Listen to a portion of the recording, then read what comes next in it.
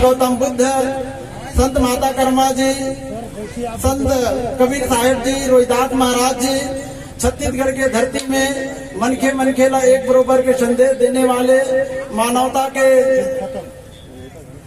संदेश वाहक परम पूज्य संत शिरोमणि भारतीदास जी, शिक्षा के जनक ज्योतिबा फुले, सावित्रीबाई फुले, आरक्षण के जनक छत्रपति साहू जी महाराज, अबुआ देश अबुआ राज, एक तीर एक कमान, सब आदिवासी एक समान का नारा बुलंद करने वाले, उल गुलाम जिंदाबाद के नारा देने वाले बिरसा मुंडा महाराज और तमाम संतों गुरुओं महापुरुषों को एक सूत्र में बांध करके उनके विचारों को संविधान में लिख करके इंसान को इंसान का दर्जा देने वाले बौद्धिक तत्व डॉक्टर भीमराव साहब अम्बेडकर और रोटी कपड़ा मकान के साथ साथ मान सम्मान और स्वाभिमान के साथ इस देश का आप हुक्मरान बन सकते हो, इस देश के गुरु किल्ली को हासिल कर सकते हो, ऐसा सपना देने वाले और सपना को साकार करने वाले और राजनीतिक चेतना देने वाले बहुजन नायक मान्यवर काशीराम साहब को मैं श्रद्धा सुमन अर्पित करते हुए इस कार्यक्रम में जितने भी मेरे माताएं, पिता तुल्य सज्जनों, देवी तुल्य माताएं, मेरे युवा साथीगण और छोटे छोटे बच्चे सभी आए हैं और इस कार्यक्रम का गौरव बढ़ाए हैं। साथ ही साथ जितने भी सांस्कृतिक कार्यक्रम के समिति है, कर्मा नृत्य वाले, संता के फूल वाले और जितने भी साथी अपने प्रस्तुति दिए हैं, साथ ही साथ इस सूर्यवंशी महासभा के तमाम पदाधिकारीगण और इस कार्यक्रम के मुख्य वक्तागण जो मंच में मंचासित है, उन सबका सादर अभिनंदन और स्वागत करते हुए, उन सब के प्रति सम्मान व्यक्त करते हुए आज के विषय वस्तु जो संत शिरोमणि रोहिदास महाराज के जो महान संदेश है, उस बात को आप सबके बीच में रखने का मुझे सौभाग्य प्राप्त हुआ है।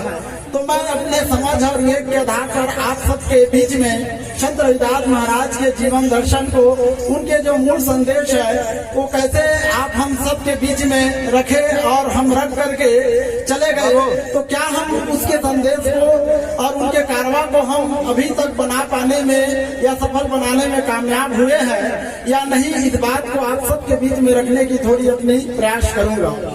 सम्मानित साथीगण, जिस तरीका से छोटी छोटी नदियां जो है, छोटी छोटी नाले जो है मिल करके बड़ी नाले बनती है और बड़ी बड़ी नाले मिल करके महानदी बनता है, छोटी छोटी नदी मिल करके बड़ी नदी मिलता है और बड़ी बड़ी नदी मिल करके महानदी बनती है और महानदी मिल करके सागर बनती है और बहुत सारे सागर मिल करके महासागर बनती है। तो उसी तरीका से आज संत शिरोमणि रोहिदास की जयंती को, 265वीं जयंती को इस छत्तीसगढ़ के सरगुजा संभाग में हमारे सम्मानी हीरा साहब फुले साहब के द्वारा पहले गांव-गांव में मना करके फिर जनपद स्तर में मनाए, जनपद के बाद जिला में मनाए और जिला के बाद में फिर राज्य स्तर में मना रहे हैं, अर्थात एक महासागर की ओर हम आगे बढ़ रहे हैं। तो इस सोच को पहले तो मैं उसको दाद देना पड़ेगा कि कैसे जिस तरीके से छोटे छोटे नदी मिल करके बड़ी नदी बनती है और बड़ी नदी मिल करके महानदी बनती है और महानदी मिल करके सागर बनती है और सागर से महासागर बनती है, तो उसी तरीके से आज हम सूरजपुर में यदि छत्तीसगढ़ में हम राज्य स्तरीय यदि हम जयंती मना रहे हैं रोहिदास महाराज की, तो इसका मतलब है कि अभी हम महानदी बनाने में सफल हुए हैं। अभी हमको यदि राज्य स्तर में हम रोहिदास जयंती को एक साथ मनाते हैं, इसका मतलब हम सागर बनाने में सफल होंगे और यदि रोहिदास महाराज की जयंती को यदि विश्व स्तर में मनाते हैं तो हम महासागर बनाने में सफल होते हैं। तो आपकी हमारी कारवा अभी छत्तीसगढ़ के धरती में बाबा गुरु घासीदास के जयंती को और तमाम संतों गुरु महापुरुष के जयंती को अभी सिर्फ हम राज्य स्तरीय में मना पा रहे हैं, अभी हमको पूरे देश स्तर में मनाना बाकी है और पूरा विश्व स्तर में हमको मनाना बाकी है। तो मेरे सम्मानित साथीगण, तो संत रोहिदास महाराज जी का एक महत्वपूर्ण बात थी, उन्होंने कहा था, चाहूं ऐसा राज में श्रवण को मिले अन्न, छोटे बड़े सब संबत रोहिदास रहे प्रसन्न। इस बात को संत रविदास महाराज जी ने 1420 में कहा था, तो मैं तो संत रविदास महाराज जी क्या इस बात को कह कर को वास्तविकता में प्रसन्न रहे या नहीं रहे, इस चीज को मैं नहीं जान पाता। वो वास्तविकता में प्रसन्न रहे या न रहे या नहीं रहे, या मैं उससे डायरेक्ट पूछ भी नहीं सकता कि रविदास महाराज जी आप पसंद हैं कि नहीं।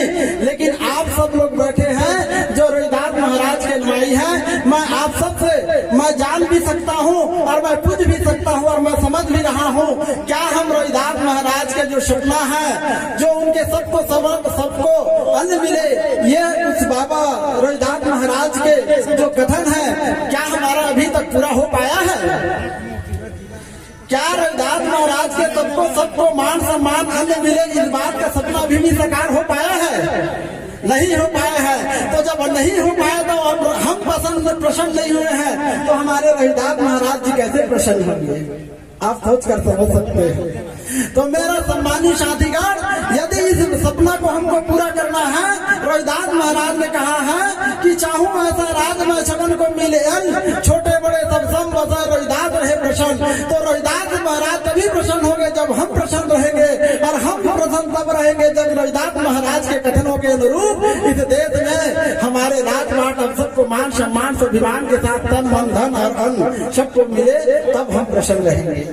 तो मुझे ऐसा लगता है कि आज भी हम वो चीज प्रसन्न नहीं है, तो उसी को प्रसन्न करने के लिए संत रविदास महाराज के समय के पहले हमारे संत भगवान बुद्ध ने क्या कहा?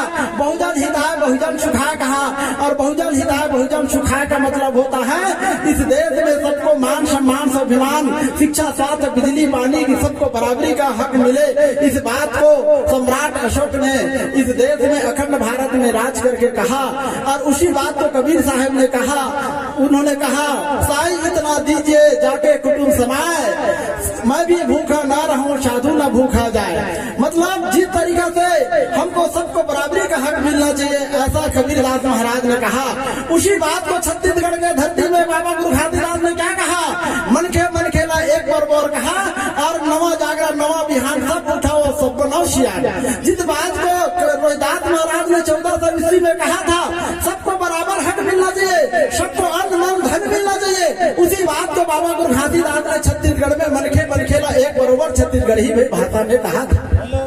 और उन्होंने कहा भी नहीं, अपने बालक दास गुरु जी को उन्होंने सियान बनाया, और सियान बनाने के बाद में इस देश के धरती में आगे सत्य शोधक समाज बना करके महात्मा ज्योतिराव फुले जी ने उस कारवा को आगे बढ़ाया। फिर उसके बाद इस देश में बाबा साहब अम्बेडकर ने क्या कहा? उन्होंने कहा मैन टू मैन इक्वलिटी, अर्थात माना को एक समान, उन्होंने समानता का अधिकार कहा।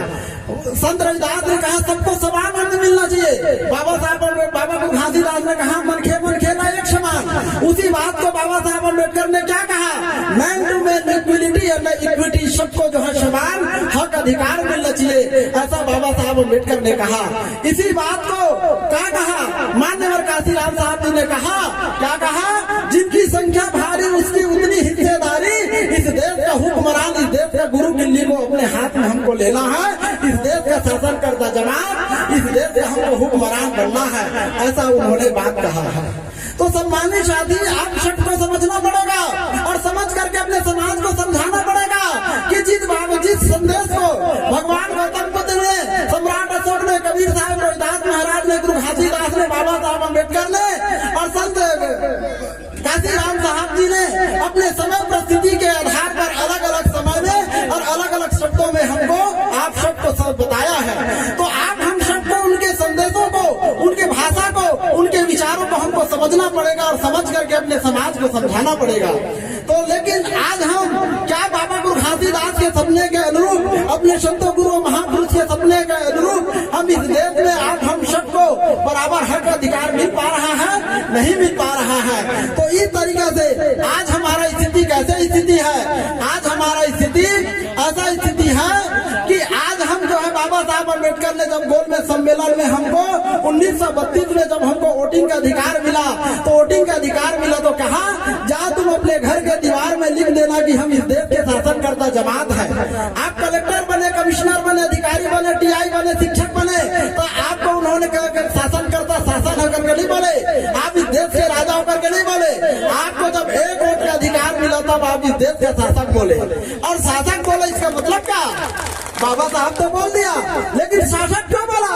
शासक इसलिए बोला क्योंकि इस सूरजपुर में एक रिक्शा चलाने वाला यदि आदमी अपना एक वोट देता है और दिल्ली में जो राज करके राज सिंहासन में बैठा है यदि वो व्यक्ति यदि वो एक वोट देता है तो रिक्शा चलाने वाला व्यक्ति का एक वोट का कीमत उतना ही होगा और दिल्ली में बैठे राजा महाराजा और सेठ मारवाड़ी का जो वोट का गिनती एक होगा।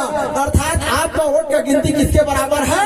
उस राजा महाराजा के बराबर है। इसलिए बाबा साहब अम्बेडकर ने कहा कि आपका वोट जो है क्या है, उस राजा महाराजा के बराबर है। इसका मतलब आप इस देश के शासक है। तो आप हम सबको उस बाबा साहब अम्बेडकर के अनुरूप आज हम इस देश को उन्होंने कहा कि इस देश का political power is the master की विच है लाख बार एवरी लाख बार सोशल प्रोग्रेस। राजनीतिक सत्ता वह चाबी है जो आपके हर सामाजिक समस्या का समाधान कर सकता है। तो आप कौन से बाबा साहब के अम्बेडकर को एक बार जय भीम बोल रहे हैं, लेकिन बाबा साहब के हमारे संतों गुरु महापुरुष के सपनों के अनुरूप आप जस्ट उल्टा काम कर रहे हैं। उन्होंने कहा दिया कि बाबा साहब हमारे संतों गुरु महापुरुष ने कहा दिया कि इस देश का हमारे समस्या का समाधान हमारे राजपाट में है। तो आप अपने संतों गुरु महापुरुष के कथन पर कैसे प्रश्न चिन्ह कर सकते हैं? और जब बाबा साहब अम्बेडकर ने उन्होंने पॉलिटिकल पावर मतलब राजनीतिक सत्ता सबसे बड़ी पावर है ऐसा कहा, इसका मतलब होता है कि आप यदि शासन संस्थाकर्ता जमात बनने के लिए यदि आप काम करते हैं, इसका मतलब ये दुनिया के जितना भी क्षेत्र है उस हर क्षेत्र में आपको काम करना पड़ेगा या हर क्षेत्र में आप अपना लोहा मनवाना पड़ेगा, तभी आप इस देश के शासनकर्ता जमात बन सकते हैं। वरना आप सांस्कृतिक कार्यक्रम करिए, आप सामाजिक कार्यक्रम करिए, आप शैक्षणिक काम करिए, आप आर्थिक रूप से तरक्की का काम करिए, केवल उसी क्षेत्र में आपको काम करना पड़ेगा। लेकिन राजनीतिक क्षेत्र में आपको काम करना है, इस देश का हुक्मरान बनाना पड़ेगा अपने लोगों को, तो आपको हर क्षेत्र में पारंगत होना पड़ेगा। इसलिए बाबा साहब अम्बेडकर ने कहा कि इस देश का हुक्मरान, इस देश का पॉलिटिकल पावर ही सबसे बड़ा पावर है और इस पावर को आप हम सबको करने के लिए इतना आसान नहीं है। बाबा गुरु घासीदास जैसे इंसान को 1756 में जन्म हुआ था, 1850 में, अर्थात उनको 94 साल लग गया इस देश के शासनकर्ता जमात बनने में। सम्राट अशोक का जन्म जो है भगवान बुद्ध ने क्रांति किया 563 ईस्वी में। सम्राट अशोक को 300 साल के बाद उसको राजपाट मिला। तो आपको राजपाट इतना आसानी से नहीं मिलेगा सम्मानित साथियों। ये जो राजपाट है हमको उनके लिए कड़ी से कड़ी और सदियों से हमको संघर्ष करना पड़ेगा। हो सकता है आपकी सफलता 5 साल में मिल सकती है, हो सकती है आपको सफलता 50 साल में भी मिल सकती है, हो सकती है आपको सफलता 500 साल में भी मिल सकती है, लेकिन आपके संघर्ष की कड़ी को कभी विराम नहीं देना है। जिस तरीके से हमारे संतों गुरु महापुरुष ने अपने संघर्ष को कभी उन्होंने त्याग नहीं किया, उसी तरीके से आप हम सबको अपने संघर्ष को किसी भी परिस्थिति में हमको त्याग नहीं करना है। अपने संतों गुरु महापुरुष के कारवा को किसी भी परिस्थिति में हमको रुकने नहीं देना है। और मैं यही बात कहते हुए कि आज हमारा स्थिति उस स्थिति में जा पहुंचा है जिस स्थिति में आज संत रविदास महाराज का एक कोटेशन, एक जो बात है हमारे सामने आती है, वो क्या कहता है? नरपत भय सिंहासन सोए, सपना भय भिखारी, अछूत बिछड़े राज में खोया, सोए सपना दशा हमारी। अर्थात आज हमारा हम राजा है, लेकिन हम राजा होकर के भी हम सपने के समान, राजा के समान सपने में सो करके हम सपने में भिखारी बन गए हैं। तो आप हम सब जो है इस देश का राजा है, तो आज हम राजा होने के बावजूद हम सपने में सोए हैं, अर्थात हम जग नहीं पाए, जिसके कारण आप हमारा स्थिति भिखारी के समान है। तो जिस दिन हमारा ये बहुजन समाज जगेगा, इस देश का राजपाट उसके हाथ में होगा। और इसी बात के संदेश को दे करके आप सब लोग हमारे संतों गुरु महापुरुष के विचारधारा को हम आप सब मिल करके बढ़ाएंगे, ऐसी कामना करते हुए मैं आप हमारी आज के कार्यक्रम के इतनी बात रखते हुए आप सबको मैं मैत्रीपूर्ण जय भीम जय भारत के सादर अभिवादन करते हुए मैं अपने वाणी को इनाम देता हूँ। बहुत बहुत धन्यवाद, धन्यवाद, धन्यवाद। जय जय जय जय जय भीम। लगता है बहुत सारे साथी अभी तक भोजन नहीं किए हैं। आवाज में थोड़ी बुलंदी में आवाज नहीं आ रही है। चलिए फिर से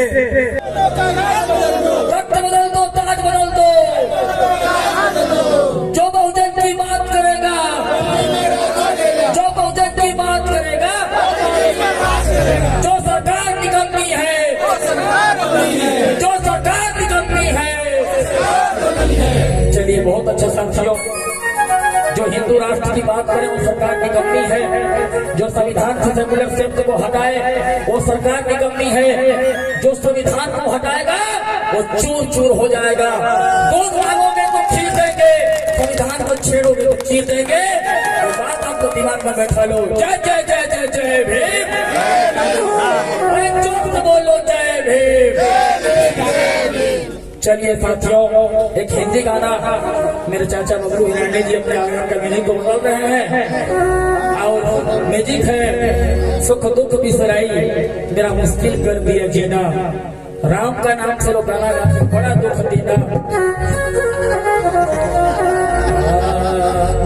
ला ला ला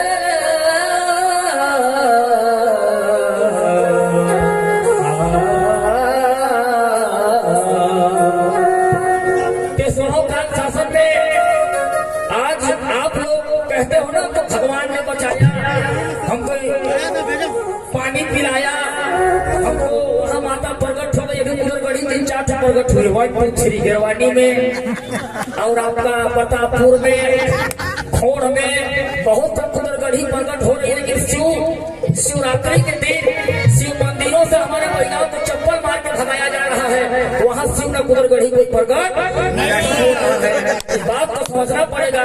ये लोग कहते हैं जब जब धर्म बढ़ा पाप हुआ तब भगवान अवतार लिए। नारा क्या लिखते हैं? इनका नारा क्या है? यदा यदा धर्मस्य भवामि युगे युगे। लेकिन मैं पूछता हूँ, रावण ने सीता को उठाया तो राम का अवतार हुआ, चीरहरण हुआ द्रौपदी का तो कृष्ण का अवतार हुआ। लेकिन शूद्रों के पीछे झाड़ू लगाई गई, आगे मटका लगाया गया, इनके बहन बेटियों का खुलेआम बलात्कार किया गया और कृष्ण मुरारी अवतार दिया। इसका कभी कल्पना हमारे समाज ने नहीं किया। साथियों, बात को हमको समझना होगा। तो आइए, कहता है क्या 1800 में क्या स्थिति थी, 100 काल में इस गाना को मैंने अपने बातों से खिरोया है। अगर उस गाना को अच्छा लगे तो अपने आंखों से आंसू गिरा देना और जोर से ताली बजा देना। अरे लगाई पीछे झाड़ू बंधाई हम मेरा मुश्किल कर दिया बड़ा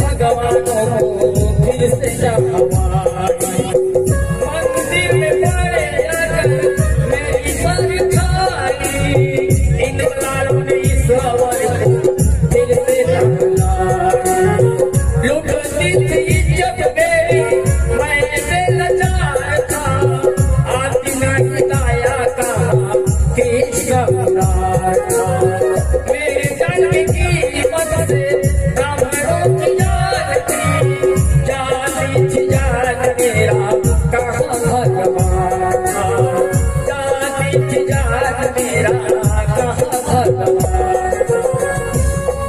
तन मन को मेरा गुलाम बनाई साथ कृष्ण बड़ा वादियों ने बड़ा जिसको आगे मत का बधाई पीछे हाथ लगाई आगे मत का बधाई पीछे हाथ लगाई तेरा हो सके लगा रे तेरा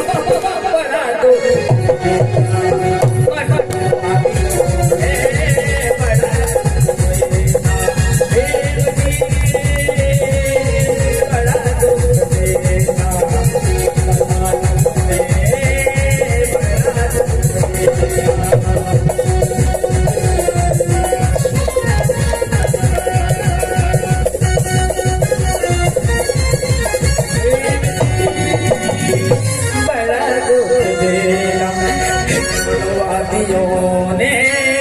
बड़ा दुख देना अरे जोर से बोलो जय भीम जय जय जय जय जय भीम बाबा साहब डॉक्टर अम्बेडकर अमर रहे बाबा साहब डॉक्टर अम्बेडकर अमर रहे साथियों आज यहाँ पे आप लोग आए हो इतना आज 1000-1500 की भीड़ है कल और होगा हम लोगों को अपना आशा नहीं छोड़ना है शायरी एक पंक्ति मुझे याद आ रही है कि टूटने लगे हौसले तो मुझ जैसे रविदास को याद रखना टूटने लगे हौसले तो हमें याद रखना बिना मेहनत के तक को ताज नहीं मिलते टूटने लगे हौसले तो हमें याद रखना बिना मेहनत के तक को ताज नहीं मिलते तुम अम्बेडकर के बेटे हो चोकरा और चोकरा कभी अंधेरे में रोशनी के मोहताज नहीं होते मेरे साथियों इन्हीं बातों के साथ बहुत वक्तागण है शिवधृत लहरे भैया उनको मैं थोड़ा वंदन करता हूँ हाथ जोड़ के नमन करता हूँ बहुत बड़े गायक हैं और बाबा साहब का गीत को अच्छे मस्त अपने गानों में खिरोते हैं रमेश जाटवार सर हमारे माननीय भूपेंद्र गौर साहब ये हमारे मार्गदर्शक हैं आइए हम इनके बातों को सुनेंगे ध्यान से वाणी को ध्यान करता हूँ नमो बुद्धाय जय जय।